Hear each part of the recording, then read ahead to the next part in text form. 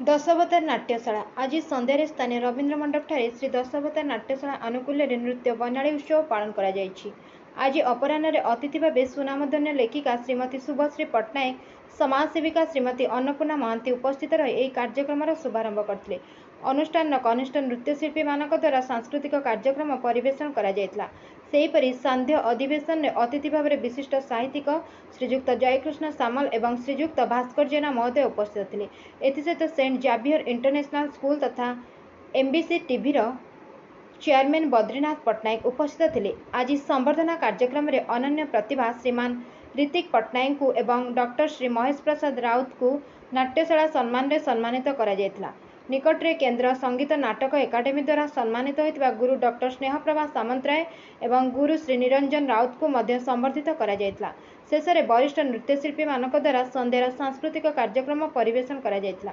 अनुष्ठान संपादिका श्रीमती ममता सतपथी उपस्थित रही सांस्कृतिक कार्यक्रम को उद्घाटन करते।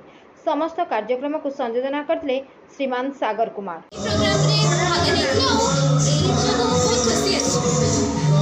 लगिला आपन बेटा प्रथम करी नाचले ना आगु में बहुत थर करछ आगु भी बहुत थर करछ एहा बहुत खुशी लागिला। आपन जो नृत्य परिवेषण कले यार ना कोन रही छै ए केडे छंद गाडेलो साही या कृष्णकर छोट बाल्य काळରୁ नेकी ताकर जेतिकी लीला गड इतरे सुंदर भाबरे परिवेषित हेछि।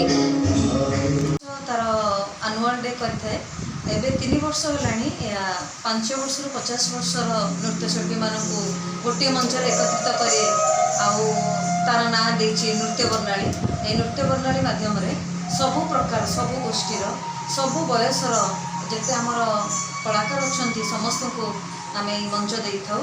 तेणु तार परिकल्पना नहीं दशावतार नाट्यशाला नृत्य अनुष्ठान जार कि मु संपादिका आमे आपण मानक को आज नहीं आसछु नृत्य बर्णाली माध्यम रे एक नियारा नृत्य कार्यक्रम। Bureau report Ekamra news agency.